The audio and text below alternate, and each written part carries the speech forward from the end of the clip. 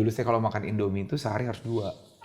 Harus, kalau nggak makan tuh pasti ada rasa nggak enak gitu. Jadi sehari gitu pasti ya. makan Indomie 2. Saya juga kalau bikin Indomie, entah kenapa semua orang yang saya bikin Indomie senang. Karena, oh pantes lu suka makan Indomie karena Indomie yang lu buat tuh enak banget katanya gitu. Padahal, ya kan bumbunya gitu-gitu doang ya. Yes, kamu nih kan punya karunia, kamu punya talenta dalam melayani Tuhan. Tapi sayang sekali kalau kamu nggak jaga kesehatanmu, nanti takutnya kalau karunia dan talentamu nih nggak bisa dipakai dalam waktu yang lama. Kayaknya kamu harus mulai perhatikan kesehatan kamu nih. Karena kalau kesehatan kamu nggak kamu perhatikan, sayang sekali nanti ya mungkin kalau meninggal di usia muda, sedangkan kita punya karunia, untuk apa karunia itu gitu. Tubuh ini kan titipannya Tuhan buat kita ya. Kita ini sebagai steward gitu, kita sebagai pengelola nih. Dan pengelola yang baik harusnya kita ngatur dengan sebaik-baiknya. Pola hidup sehat yang sekarang tuh tidak membuat gue menyesal sih. Karena gue harus menyadari bahwa ya ini memang karena dulu gue menimbun dari umur 1 sampai umur 30 makan Indomie tiap hari. Mungkin gak sih itu gak ada dampaknya gitu ya. Podcast kamu dengarkan inspirasi dari firman Tuhan dan jadilah saluran berkatnya. Sebuah persembahan dari warung sate kamu untukmu. Shalom Sobat Muda, dimanapun kalian berada, senang banget bisa ketemu kalian dan menyapa kalian lagi di podcast kamu. Kembali lagi bersama saya Ari, dan di depan saya ada seorang pembicara yang sebelumnya tahun kemarin udah pernah ngisi podcast juga.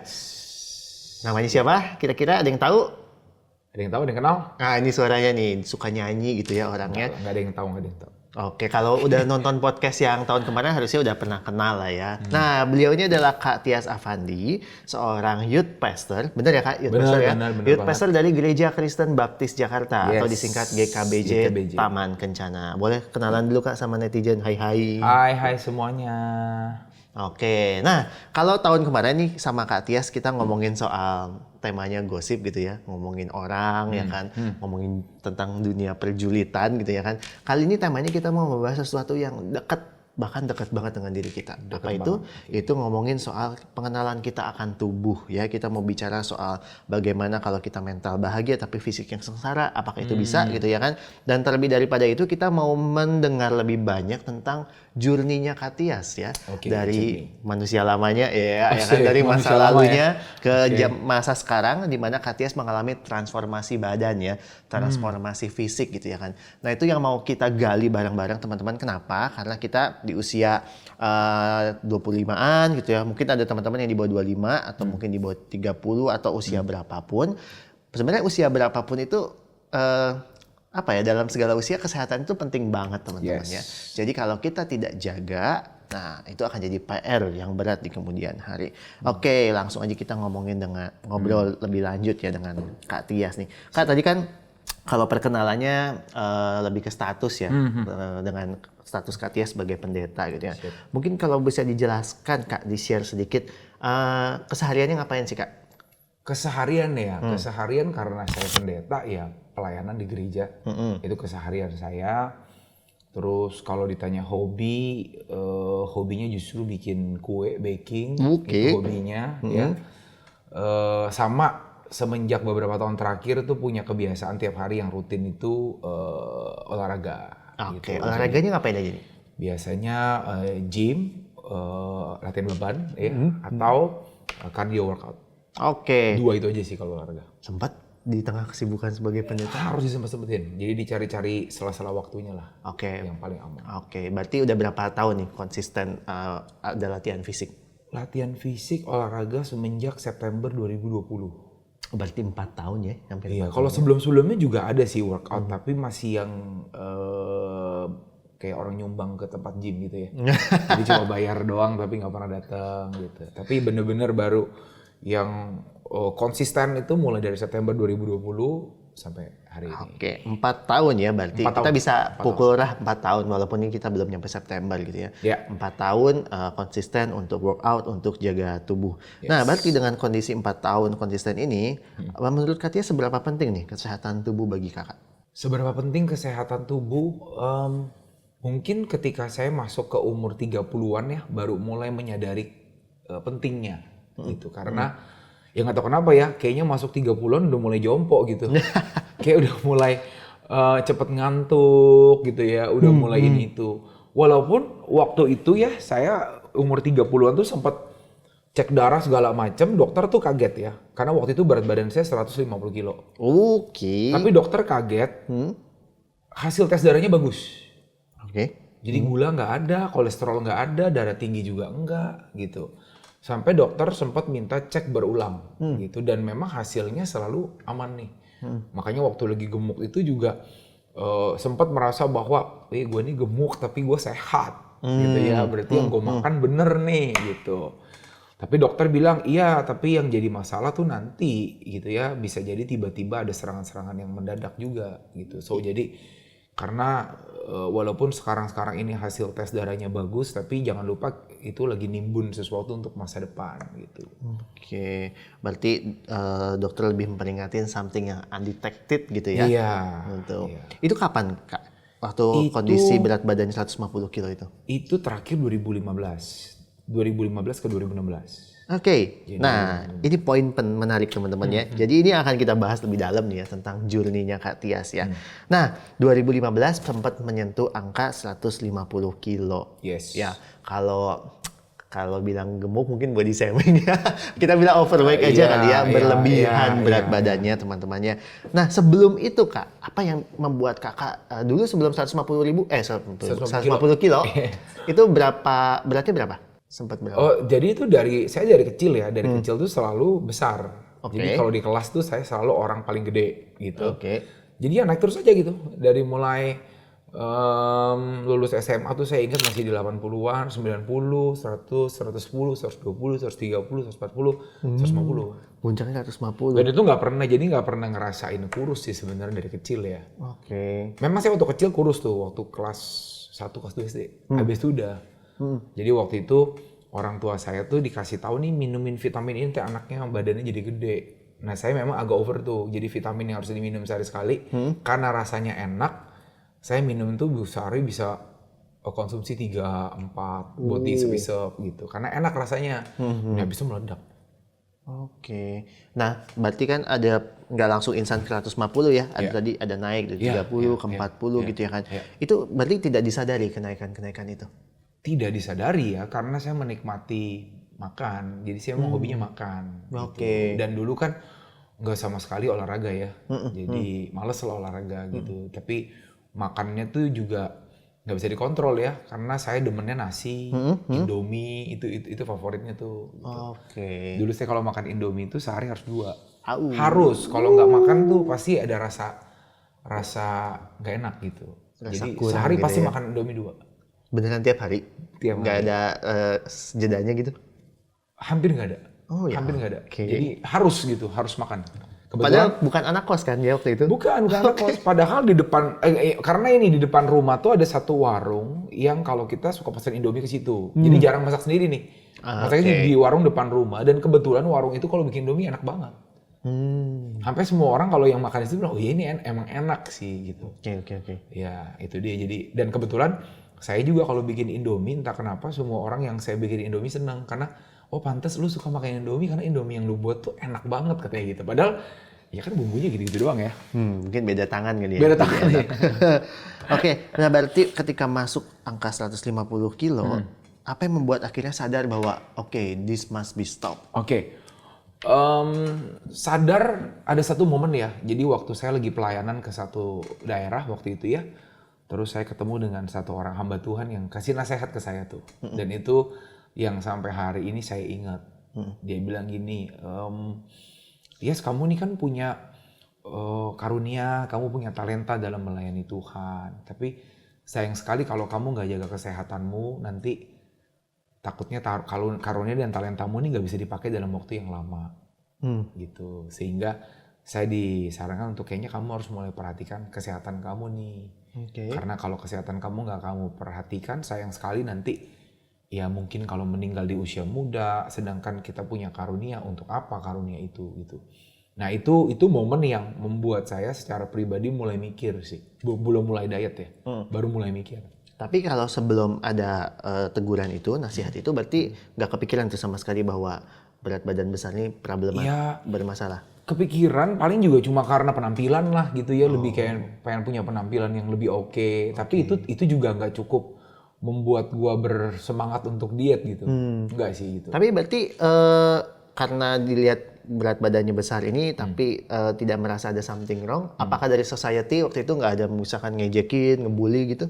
Oh iya, kalau ya khususnya saya kalau lagi ke tempat orang yang nggak kenal gue ya, manggilnya kan si dut gitu kan ya, itu udah biasa lah ya. Tapi karena dari kecil sampai umur 30-an jadi udah biasa lah ya. Oke, menganggap itu sebagai Iya, terus juga ada beberapa orang dulu tuh yang ngomong gini, oh lu tuh gemuknya bagus kok. Ada orang kan yang gemuknya perutnya doang nih gitu kan. Kalau gue gemuknya satu badan semua. Jadi menurut mereka bagus kok, kelihatannya oke gitu.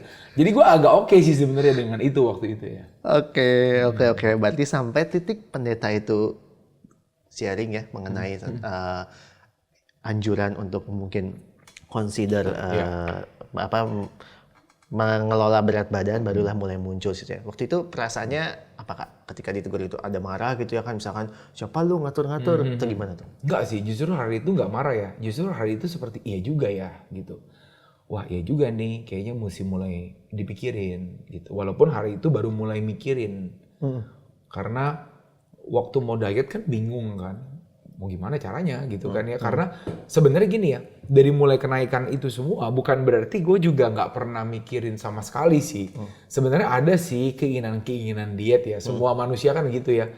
Tapi kan diet selalu start tomorrow kan ya. Iya. Jadi memang selalu mencoba tapi nggak pernah. Wacana terus Iya, ya. gitu. Nah, selama beratnya over begitu, ada gejala fisik, pengaruhnya apa sih Kak? Ke fisik maupun spiritual ada nggak sih?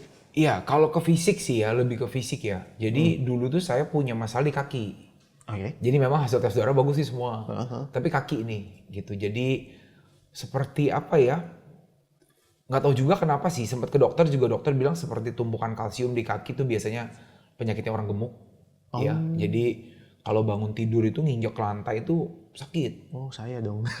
Ya, jadi gitu tuh. Jadi itu ternyata, dan memang benar itu hilang pada saat diet. Jadi itu nggak pernah diobatin juga sih. Dan itu hilang sendiri pada saat berat badan turun.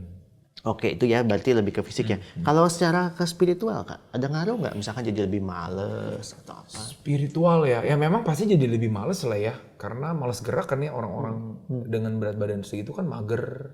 Ya. Terus juga di satu sisi juga ada insecure-nya ya. Dan insecure juga lumayan mempengaruhi tuh. Karena secara penampilan jadi nggak pede gitu ya. Jadi nggak yakin dengan apalagi baju yang semakin ngepas dulu kan selalu beli baju baru gitu kan. Dan seringkali kan saya tuh orangnya juga nggak pedean ya kalau pakai baju yang ngepres gitu, nggak bisa tuh gitu. Jadi makanya ya itulah lebih ke insecure ya. Lebih banyak pengaruhnya ke situ. Insecurity ya. Insecurity.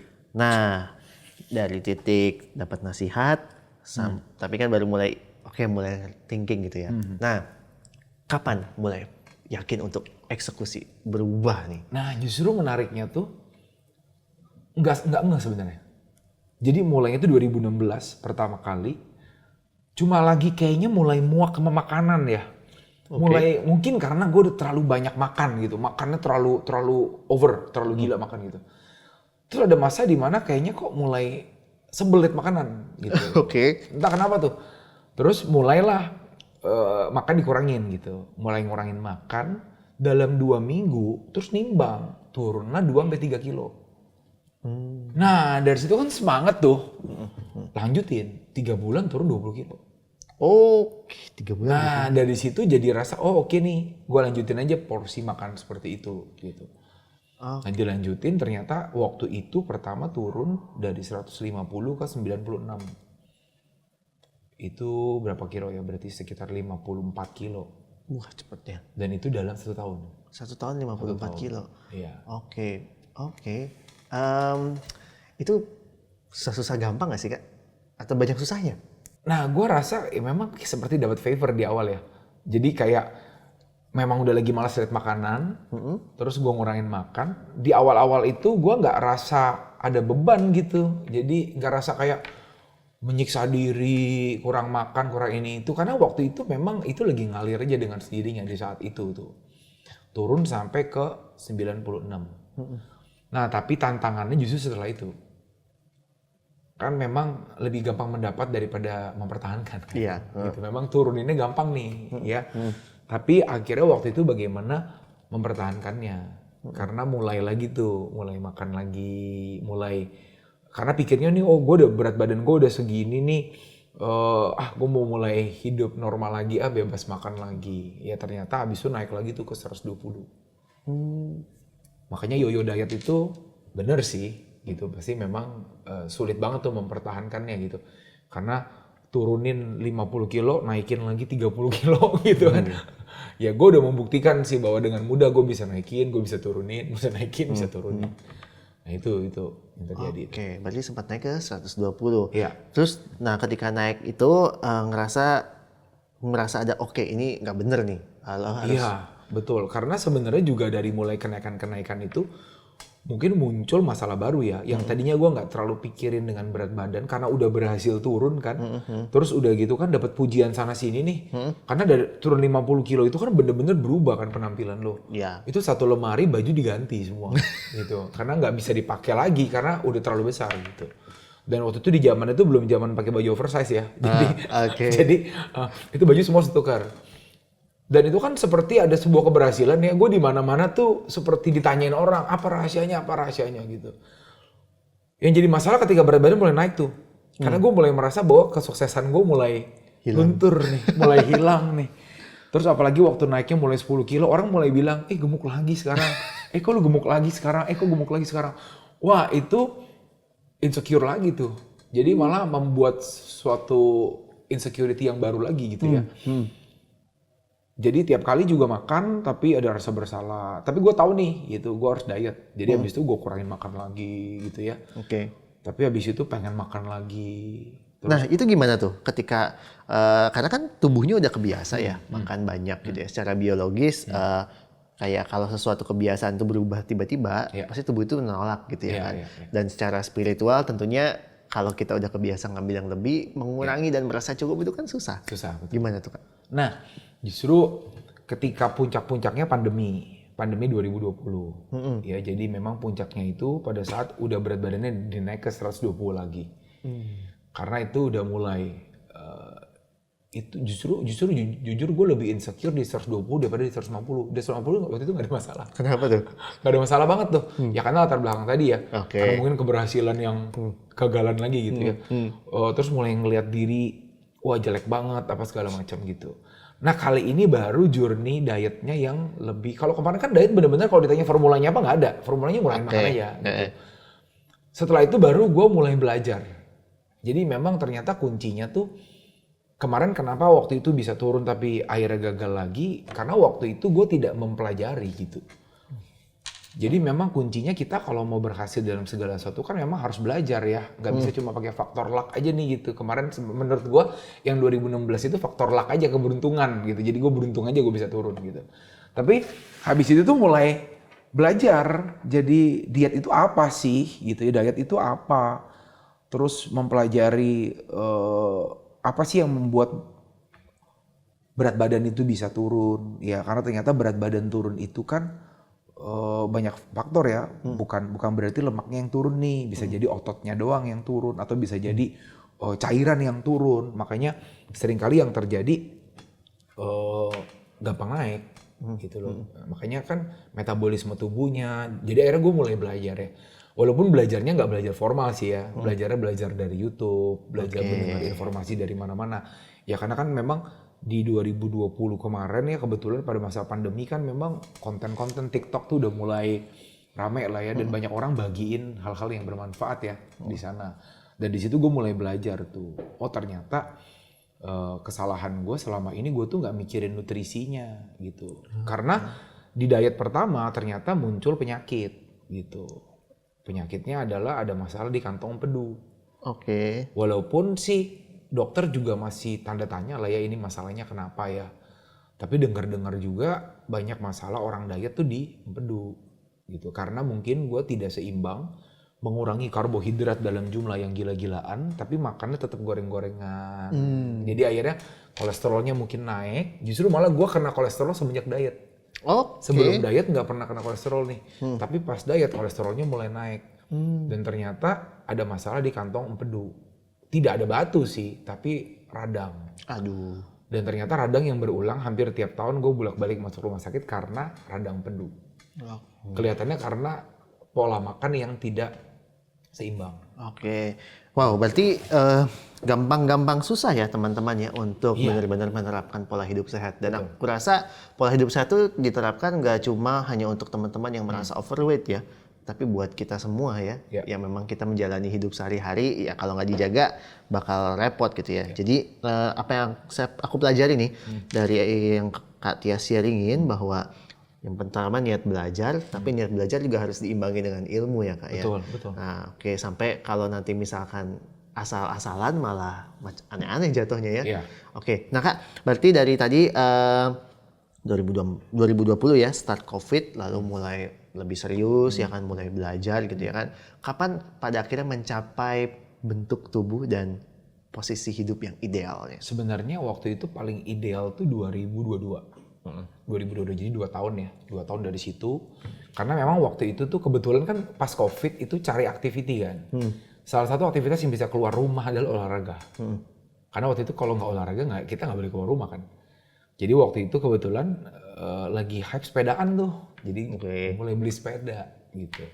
Waktu mulai beli sepeda kan memang sepedaan itu kalorinya banyak yang terbakar ya gitu. Karena kan kalau sepedaan tuh sekali sepedaan 20 kilo, 30 kilo gitu kan. Dan tiap kali ngitung di pakai jam tangan juga kelihatan ya kalorinya tuh lumayan, bisa 500 kalori, 700 kalori gitu. Nah plus memang waktu itu juga udah belajar, mulai ngatur komposisi makanan gitu. Memang masalahnya nih karena dari 2016 nih gue punya apa ya, mungkin fobia tertentu lah sama nasi gitu ya. Walaupun gue ngerti sampai hari ini bahwa sebenarnya makan nasi itu nggak apa-apa gitu. Tapi jujur waktu itu tuh diet yang gue lakukan adalah menyetop makan nasi. Jadi selama 3 tahun sampai 2023 itu sebenarnya nggak nyentuh nasi. Tapi itu atas suggestion dokter atau enggak? Enggak. Itu belajar aja dari ini ya, karena sebenarnya kan diet tuh udah banyak macam ya. Ada diet keto, diet mayo, ada lagi yang sekarang mungkin lagi viral juga kan diet carnivore. Diet carnivore itu kan memang benar-benar makannya daging doang kan, nggak menyentuh semua karbohidrat bahkan sama sekali gitu ya. Tapi memang kalau dilihat-lihat dari beberapa hasil riset kan memang kelihatannya juga itu punya dampak yang baik. Walaupun memang kalau ngobrol sama dokter sih pasti tetap ya diet yang seimbang secara nutrisi pasti akan lebih penting ya. Karena tubuh kita juga tetap butuh karbohidrat gitu ya. Nah memang dari awal tuh nggak gitu, karena ada fobia juga ya. Jadi sebenarnya tuh walaupun belajar tapi tetap di otak nggak bisa nih kalau gua. Tapi memang waktu saya berhenti makan nasi turun berat badannya. Jadi makanya akhirnya ya seperti itu yang dilakukan. Oke, sekarang berat berapa nih Kak? Sekarang ya, sekarang 98. Wih, dari 150. Waktu itu turun ke 86. Oke. 2022 itu 86. Gitu 86.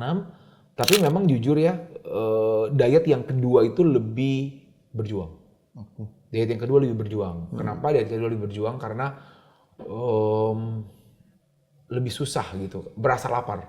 Jadi kalau dulu diet yang pertama tuh bisa tuh nggak ngerasa lapar gitu sama sekali gitu sepanjang diet gitu. Tapi ini tuh diet yang gue udah mulai ngerasa karena olahraga mungkin ya. Kalau dulu nggak olahraga sama sekali. Karena kalau sekarang kan olahraga. Jadi olahraga kan apalagi angkat beban ya.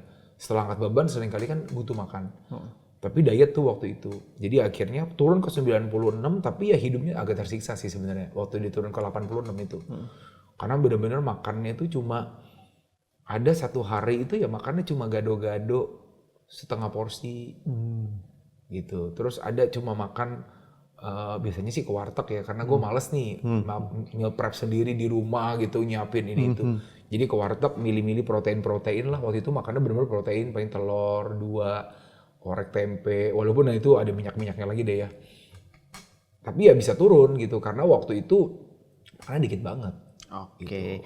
Nah, Ini journey-nya panjang, Panjang. dan melelahkan ya dari 2015 Iya. sampai ke sekarang gitu ya. Oh iya, sama mungkin gue juga agak, mungkin bisa dibilang eating disorder kali ya. Jadi takut sama makanan. Oh, Karena waktu udah turun ke 80-an kan, waktu itu paling ideal lah ya, 86 dengan tinggi gue yang 180 gitu ya. Itu udah hampir, walaupun idealnya di 78 sih harusnya. Cuma udah mulai menyentuh mau ideal ya. Jadi waktu itu malah sama makanan takut. sekarang masih takut? Masih. Oke. Masih. Jadi eating disorder. Wah itu memang sulit ya, maksudnya. Walaupun sekarang sih makan gitu ya. Tapi setelah makan ada guilty nggak? Ada. Mungkin nggak sampai disorder lah ya. Tapi guilty feeling setelah makan.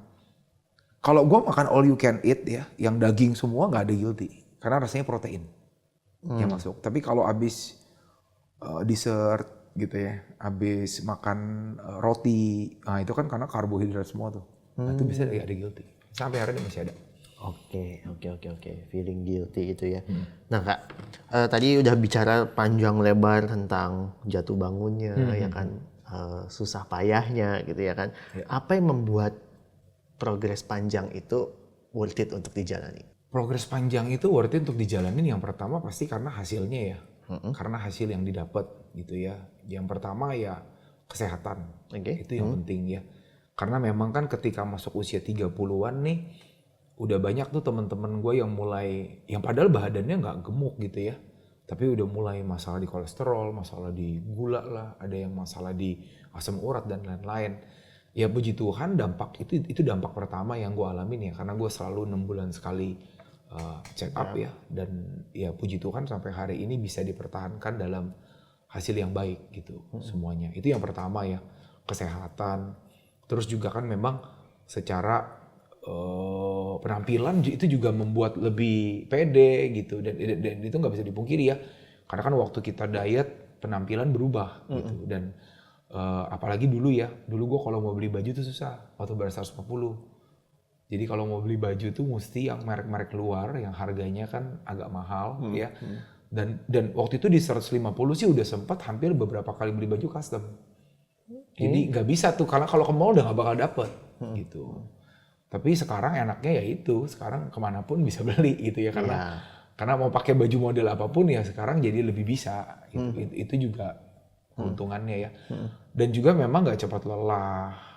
Oke. Dulu kan dikit-dikit ngap gitu ya. Apalagi kalau pelayanan di mimbar, misalkan khotbah, seringkali kan kalau udah kelamaan tuh, kalau udah di berat badan itu bisa mudah sekali lelah ya. Tapi ya sekarang enaknya lebih napas lebih lega gitu, lebih enak. Oke. Nah, ngomongin soal kalau tadi berat badan berlebih ya Kak, ada namanya konsep body positivity gitu ya, bahwa ya emang nggak apa-apa lah gemuk kan sehat. Itu gimana kalau Kak Tias memandang konsep seperti itu? Nggak apa-apa gemuk nggak dan sehat ya. Menurut saya dokter bahkan mengatakan ya, perut buncit itu adalah tanda bahwa lu nggak sehat sebenarnya. Harus siap-siap dengan itu gitu.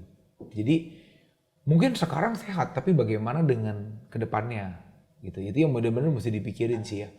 Karena kan menimbun lemak dalam jumlah yang banyak juga kan bukan sesuatu yang baik ya. Betul. Memang gue nggak bisa ngomong dari sisi medis nih ya. Tapi yang gue rasakan sendiri ya waktu itu juga kan gemuk dan sehat gitu. Tapi kan waktu itu bagaimana 5 tahun lagi, bagaimana 10 tahun lagi, itu yang jadi masalah kan. Kalau apa Alkitab katakan gimana Kak? Apakah memang kan kita diajar untuk menerima diri kita sendiri gitu ya? Apakah itu bisa menjadi alasan buat kita ngerasa bahwa ya emang dari lahir udah badannya gede gitu ya kan? Dulu gue berpikir gitu. Jadi waktu gue naik tuh ya dari berat badan 100 sampai 150, gue di titik gini, oh Tuhan menciptakan gue sebagai orang gemuk. Dulu gue berpikirnya kayak gitu. Jadi gue harus mulai menerima, ya udah gue gemuk. Gue memang dilahirkan sebagai orang gemuk ya. Tapi kalau kita lihat ya di Alkitab ya, banyak contoh lah ya, misalkan nih, mungkin yang paling terkenal, yang paling sering dipakai ya, 1 Korintus 6.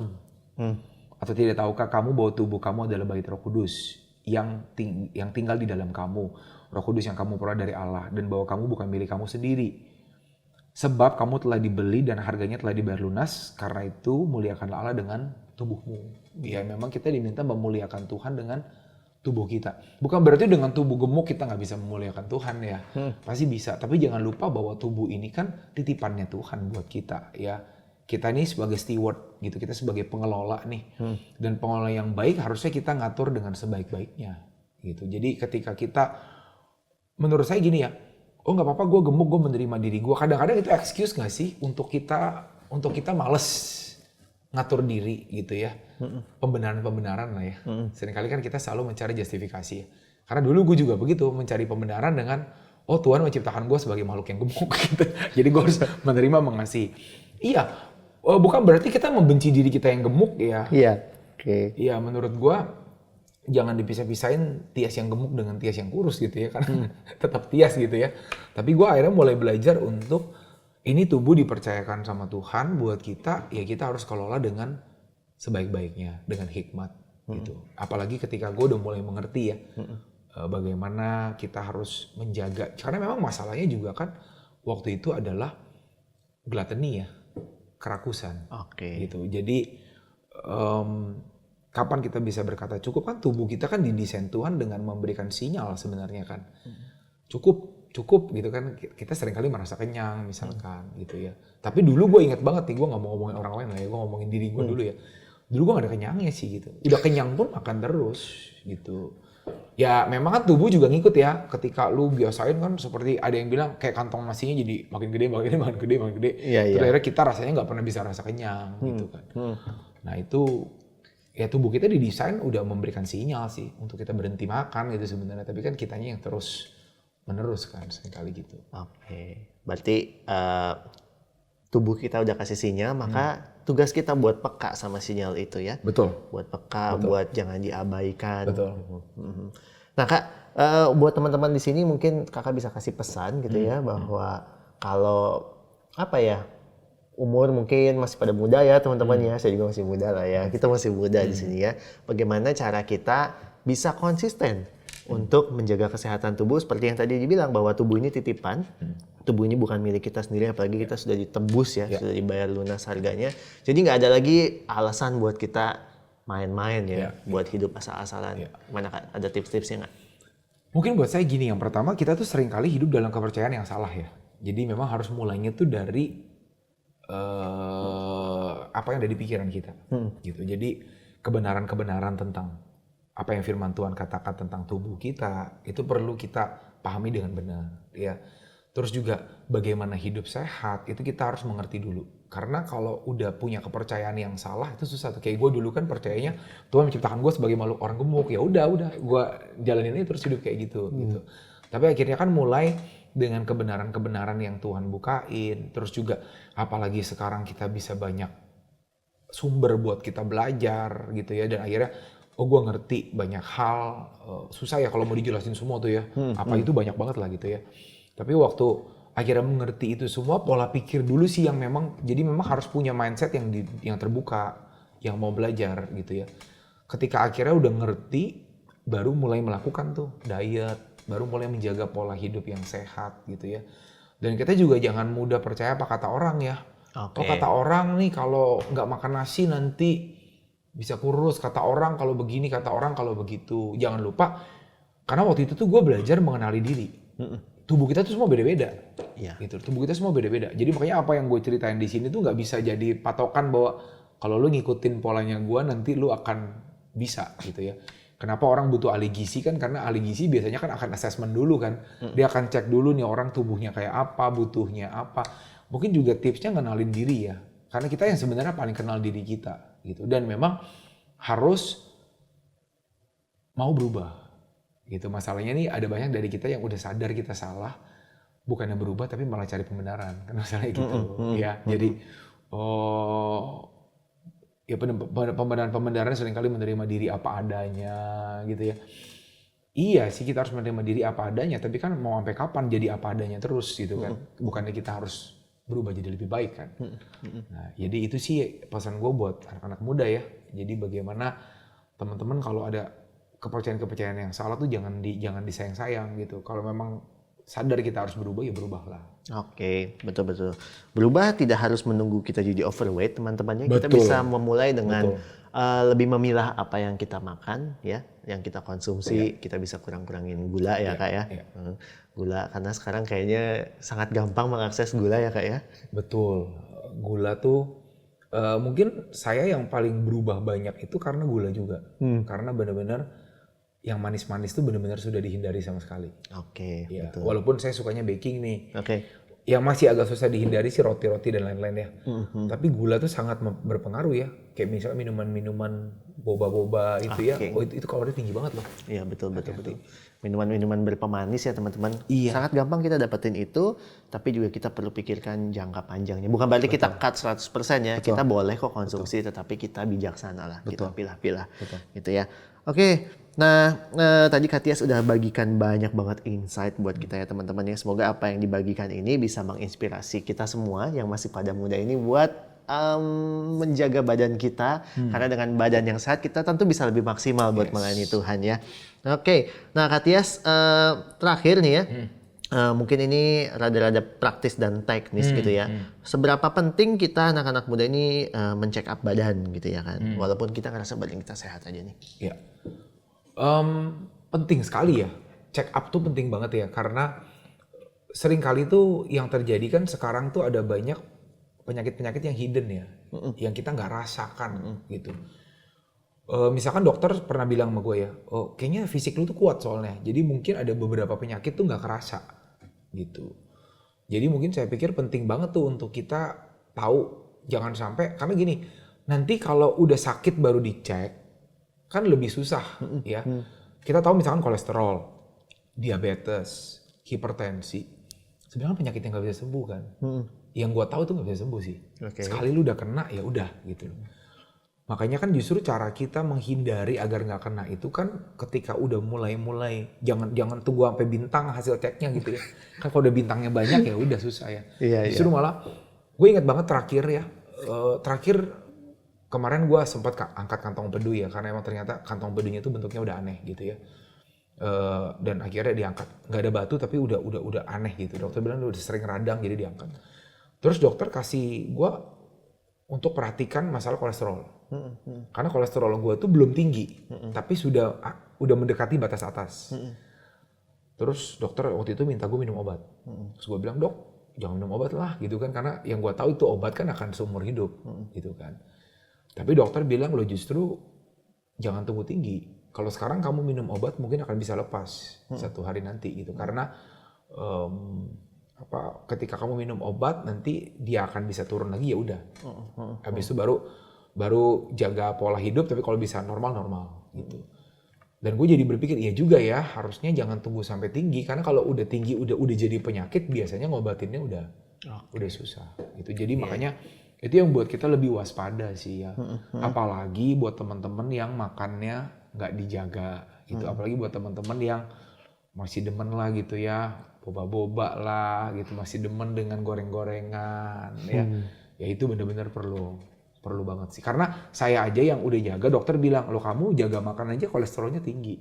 Apalagi yang enggak ya? Apalagi yang enggak, dia bilang. Nah, jadi kalau waktu itu saya kan nggak mau minum obat. Saya bilang, dokter, dok, saya maunya jaga pola makan aja. Lo nggak bisa, lo buktinya selama ini juga pola makan lo dijaga. Dan ini tetap agak tinggi. Karena bisa jadi, bahkan dokter bilang tubuh lo sendiri yang memproduksinya nih, bisa jadi. Oke, nice. Ini satu insight menarik teman-teman. Nah, menutup podcast ini, ya kan, meskipun tadi Katias bilang bahwa dalam upaya dia menjaga kesehatan, ternyata tetap aja ada miss-nya ya, ada empedunya radang gitu, sesuatu yang tidak terkontrol gitu ya.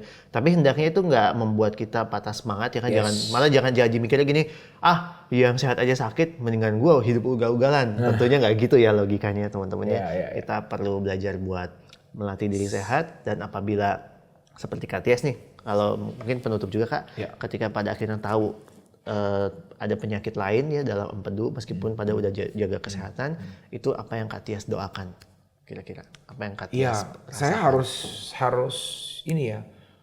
Jadi bukan berarti karena udah pola hidup sehat terus jadi nggak ada penyakit ya. Jangan lupa saya dari umur 1 sampai umur 30 tuh nabung. Jadi waktu itu gue belum pernah masalah nih. Ternyata masalahnya kan munculnya kan sekarang gitu kan. Jadi pola hidup sehat yang sekarang tuh tidak membuat gue menyesal sih. Karena gue harus menyadari bahwa ya ini memang karena dulu gue menimbun dari umur 1 sampai umur 30 makan Indomie tiap hari.